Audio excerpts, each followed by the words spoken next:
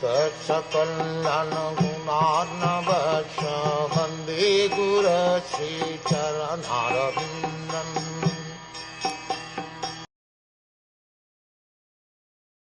King Yudhiṣṭhira, son of Dharma, overwhelmed by the death of his friends, was aggrieved just like a common materialistic man.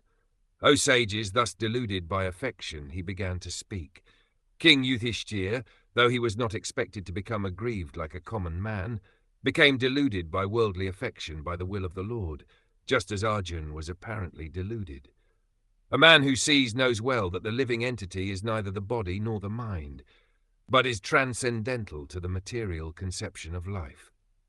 The common man thinks of violence and non-violence in terms of the body, but that is a kind of delusion. Everyone is duty-bound according to one's occupational duties. A Kshatriya is bound to fight for the right cause, regardless of the opposite party. In such discharge of duty, one should not be disturbed by annihilation of the material body, which is only an external dress of the living soul. All this was perfectly known to Maharaj Yudhiṣṭhira, but by the will of the Lord he became just like a common man, because there was another great idea behind this delusion. The king would be instructed by Bhishma as Arjuna was instructed by the Lord himself.